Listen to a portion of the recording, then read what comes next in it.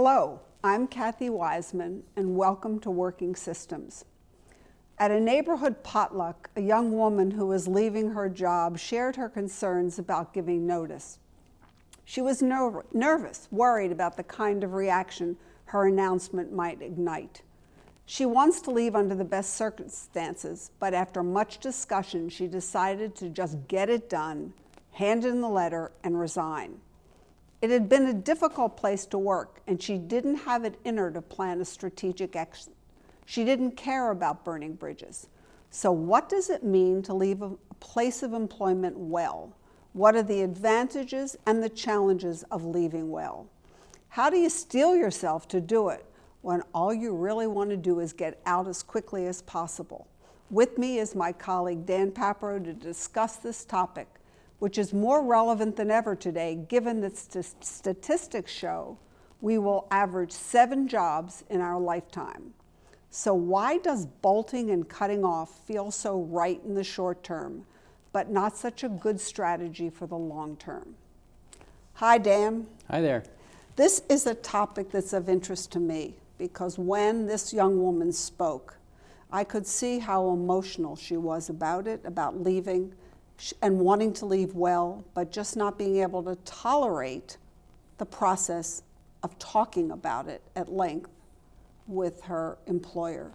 So it brought to mind my own leaving 3 workplaces where I bolted.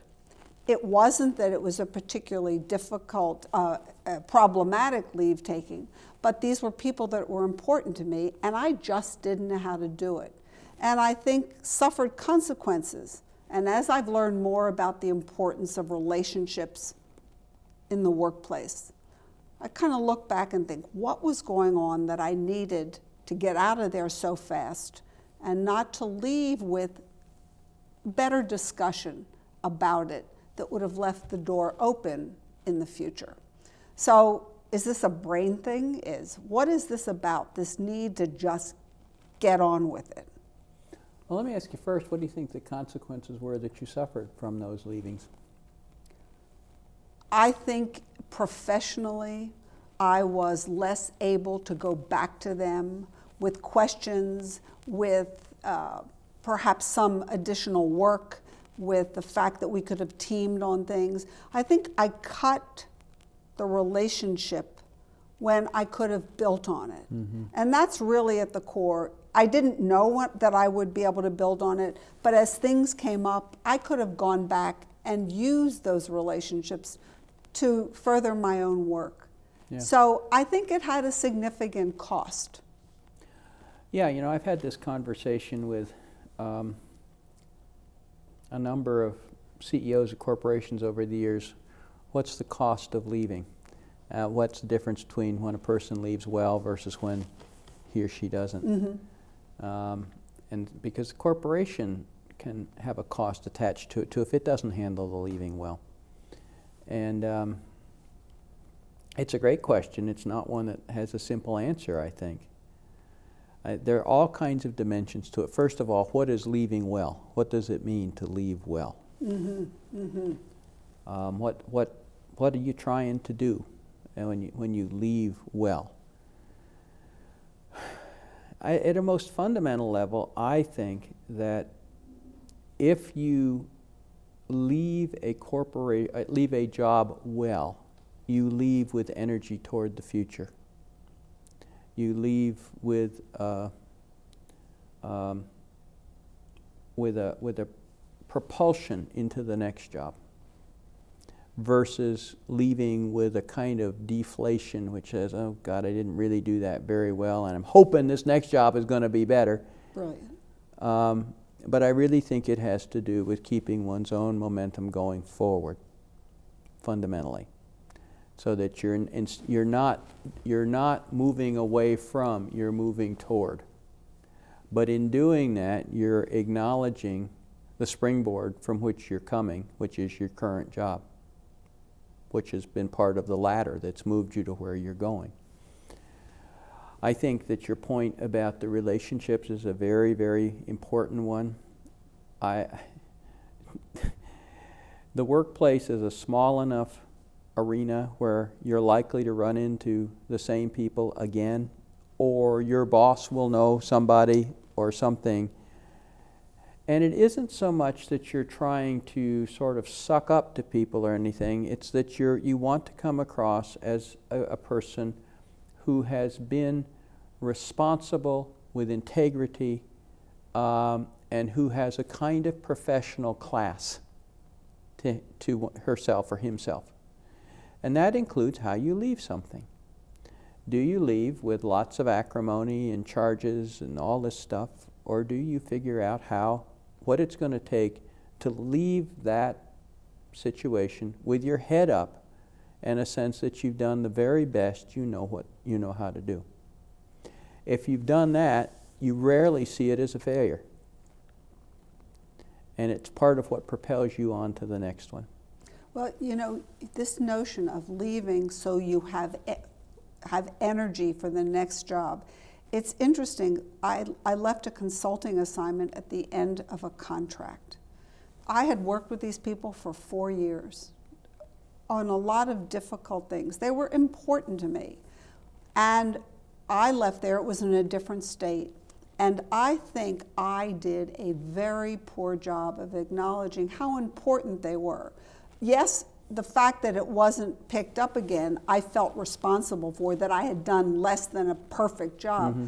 But it took some energy from me when I think about that assignment. And I think if I had gone back and just said how important it had been, what I had learned, what the experience meant to me, I feel like my energy for the future, which I certainly had, would have changed a bit. I think that's that there's something about acknowledging what you've done, where you've been, its importance, regardless of whether it turned out exactly the way you had hoped it. I think it's even more important when the job you're leaving has been very, very difficult.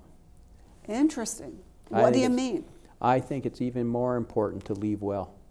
To leave in a way that you are satisfied that you've done the very best you know how to do, to deal with people and to represent yourself. When you started this, my head flew off to something that is in a sense irrelevant, but it conveys a certain idea. In the winter of 1950,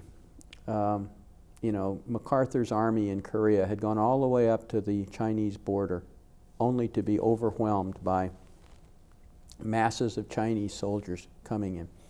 And there was a Marine unit that was trapped up on the hillsides, surrounded by just legions of Chinese soldiers.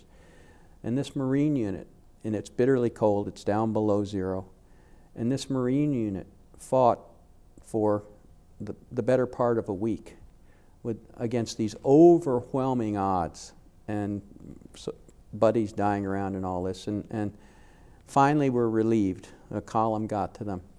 And here are these men who have been through absolute hell. They've been freezing, they've been in intense combat for a week, and as they come down the road, their surviving commanding officer gives an order. And these Marines, their clothes are torn, they're dirty from battle, and they move up into presenting arms, they put their weapons on their shoulder, and as they march down, they sing the Marine hymn from the halls of Montezuma. Mm. They've had the stuff kicked out of them. You follow me? Mm-hmm. But they survived. And they left there with the knowledge that they survived, that they did the very best they knew how to do. And they carry that into the future. And that's what I'm talking about. It's an emotional thing on some level. It's moving into the future. You can do that with almost anything. Is it hard to do? You bet it's hard to do. It can be the most difficult thing in the world you have to do. To go to somebody that you're mad at or that you're sensitive to and reactive to and tell them, I don't know what you say exactly, but you make a contact with them. You give them an opportunity to tell you what they think, whether they think you're a goofball or whatever. You listen. If you go back to the studies that were done, I think we've talked about this in this series before, about the Bell executives that were being laid off back when the telephone companies were being broken down. And Illinois Bell, Northwestern University did a study of these mid-level executives. And what they discovered was that the ones who did best were the ones who went to the very people who had given them the poor performance ratings and asked them not to justify their performance ratings, but what were you seeing about me that led you to that performance rating, that led to my being passed over versus... Wow. And they didn't keep their jobs, but every single one of those executives, as I remember the study, that did something like that went on and actually ended up in better positions with a greater sense of maturity and accomplishment than the ones who just sort of got mad and left, that sort of thing. So there's lots of evidence out there for the importance of this in lots of ways. For one's own future, the conventional thing is always, well, you never know when the relationships are going to come back around. And that's also true. A fact, right. But I think much more important is the sense of self that comes out of it. What does it mean to be a competent, functioning human being? So that you walk out of something, and you may have had the stuffing kicked out of you on some level, but you are going to walk out of there, you know, with some sort of sense that you have done the very best you know how to do. So let me just, there's a couple of things I want to just go back to. One, the Bell executives who were asking for, what did you see in me? They weren't so much looking for content about who they were. The content is almost not relevant because what's more important is that you show up as a person willing to deal with what is. Willing to learn. Because in that criticism is the recognition, this person didn't just do this because they're a bad person and out to get me. They saw something on which they based this, and I need to know about that. I need to know. I may decide that what they saw really isn't me, that it's a misjudgment on their part, but they saw something, and I need to know about that.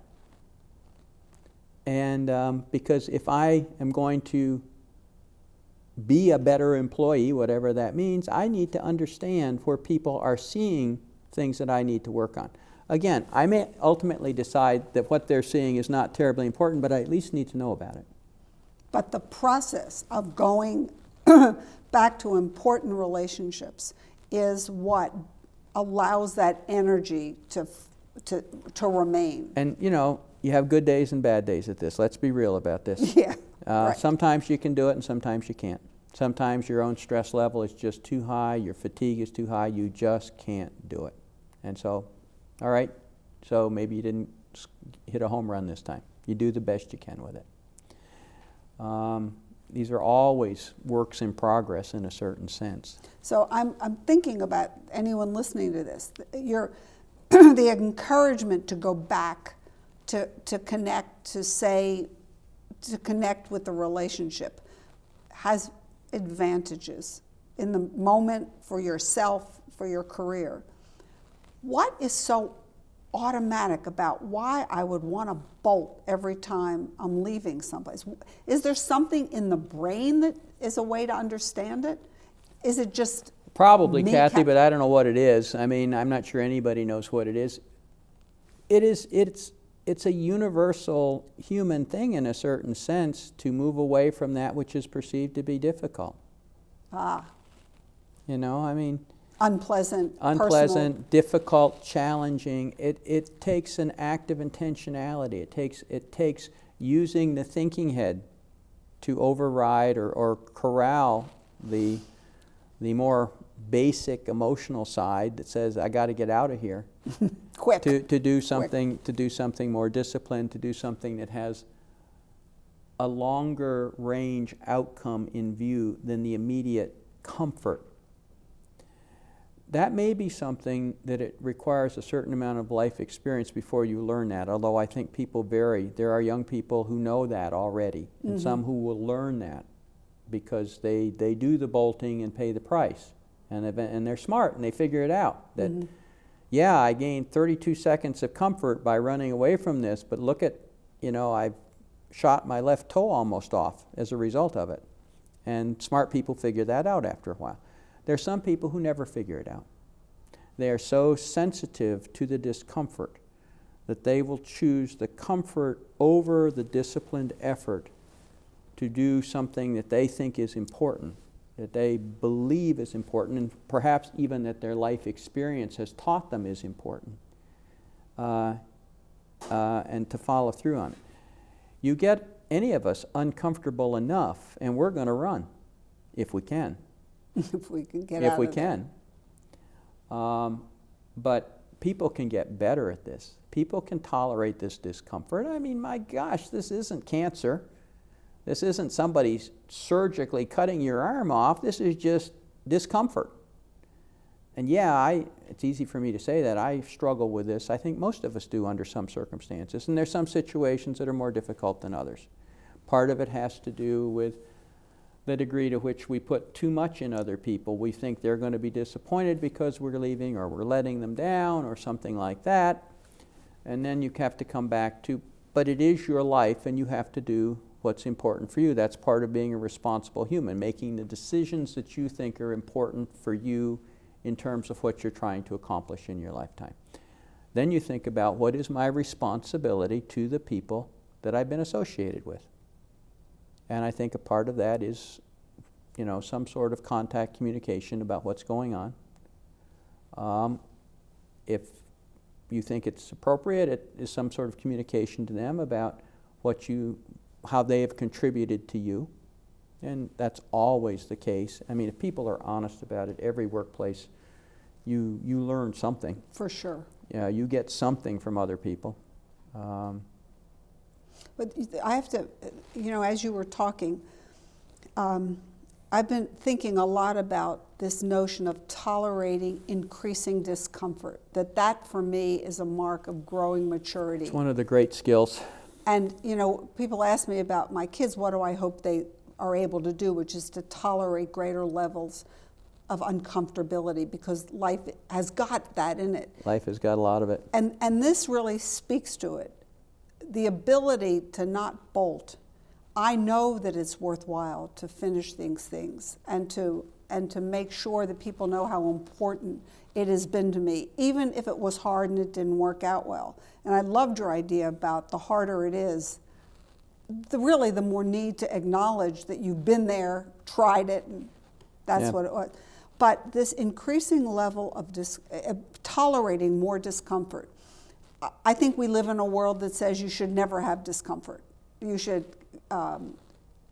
take something for it, you should medicate it, but this discomfort and being able to tolerate it is like building mental muscle. It's building emotional stamina. That's the word I would use. They're building emotional stamina. The ability to deal with the discomfort, to function through the discomfort. And it's a tremendously important skill. And it is a skill. I think people can get better at this. But they have to have a way of thinking about it. They have to have a way of working on it. You go into it and you get overwhelmed by your discomfort and you retreat. And then if you start beating yourself up, well, how do you pick yourself up and go at it again? I mean, it's this sort of thing. What's the difference between the people who get on their feet and move versus the ones who go down for the count in these sorts of things? Well, part of it is they refuse to get knocked down and stay down. They keep getting up somehow. Right. Well, what's interesting is that this young woman who was talking about leaving was a highly accomplished professional. She was also a bodybuilder and goes to the gym and lifts weights, which is tolerating increasing levels of discomfort. And I think if I had framed that in the question of relationships as opposed to bodybuilding, you get stronger from lifting increasingly heavy weights. But the ability to stay in there in relationships that aren't exactly the way you would hope they would be is another level of kind of mental muscle. And it is one of the things that distinguishes people who rise up into important positions from those who don't. They have some stamina to tolerate the discomfort of being in these difficult situations. But I think all people can develop some of that, and little bit of it helps. I think most people can. I don't know about all people. That's a big grandiose statement. I mean, gosh, I don't know. But I've watched people do this, and even a little bit makes a difference. If you can hang in there a microsecond longer, sometimes it can make a difference. So, I don't know. I don't know what's important here, but I think that, people walk around with these bracelets on which says "Live Strong." What the heck does that mean? You're not wearing yours today. I'm not wearing mine. I would say that the challenge is not to live strong, it's to lead your life according to what you think is responsible and what you think is important and what you think you need to do in order to be a responsible person in the important relationships in your life, and a huge chunk of those are in the workplace. These are the people. The average person probably spends more time with people at work than they do with their spouse or their kids. Mm-hmm. And we act as if these are unimportant relationships. They're important relationships. And what does it mean to be responsible in them? Well, this young woman, when she was talking about it, as she talked about the discomfort of leaving, got more and more uncomfortable with it. And I'm thinking now that I could have asked her about tolerating more uncomfortability. Would that have a benefit? I didn't even at that time think about it. And I watched her going from maybe it'd be a good idea to kind of talking herself into why bother, the why bother position, which is when you get to a point when you can't internally tolerate It's a functionally helpless position, right? The individual sees self as helpless to do it and then uses the excuse, why bother? And that is something that people certainly can talk about. Sure. Your point is an interesting one, however, and that is that the more this person talked about the situation which caused her anxiety, the more anxious she got. Yes, yes. And you watch people do that all the time. And they would be much better off to recognize, yeah, I'm really uncomfortable with this, but keep that discomfort inside themselves as a motivator to keep them moving on, working on it. Because you get rid of that discomfort by dealing with the situation. The more you talk about it, you get 30 seconds of relief by talking to somebody about it. But you end up less motivated to do it, more anxious, and more inclined to bolt. It seems more difficult, more challenging. And every time you go through that, you dig the hole deeper. So people dig their own holes in these things. Now, if I'm anxious enough, I'm going to talk to you about it. I'm going to tell you what an awful situation I've got over there. But the more I do that, the more I undercut myself. So this is the dilemma all of us live with. Now, who I talk to and how that person responds can also be very important in that. And how, on your side of it, you respond to me may help me with that focus back on what I need to do, as opposed to intensifying the anxiety. And that's a whole nother tape. I mean, we could spend hours on that little problem. Well, the whole notion of being able to leave well, to deal with those relationships upfront, personal, and tolerate the discomfort, I think is something that you don't hear people talk about. It's not, people talk about formal exit interviews or an exit, a survey, but they don't ever, I think it's hard. Those have nothing to do with this fundamental relationship question. That can make a difference for the person leaving. Right. And you said for the organization. For the organization. You think that information can ultimately benefit them. To really hear I can't, why. I can't pull together all the reasons for it, but I think when you leave an organization well, you are not only better for it, the organization is better for it.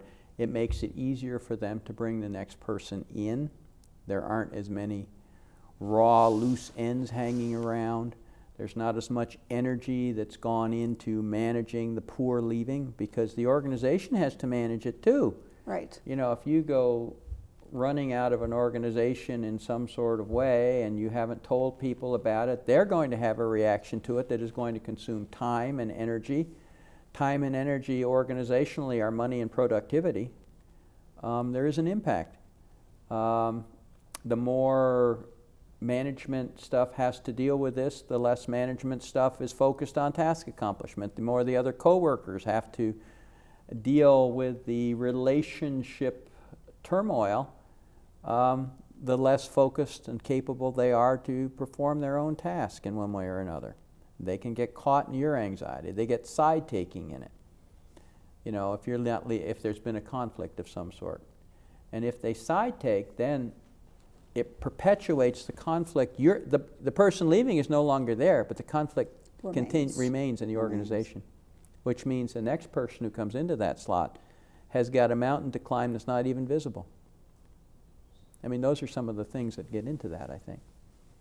So this, I think this example of this young woman just highlights for me the importance of leaving well and managing those ending relationships. It's a challenge for every single one of us, Kathy. We all face this at some point. And most often when we start out, we've not done it well. Gradually, over time, we learn that it's pretty important. We still may not do it as well as we might, but we work at it a little bit more. Mm-hmm.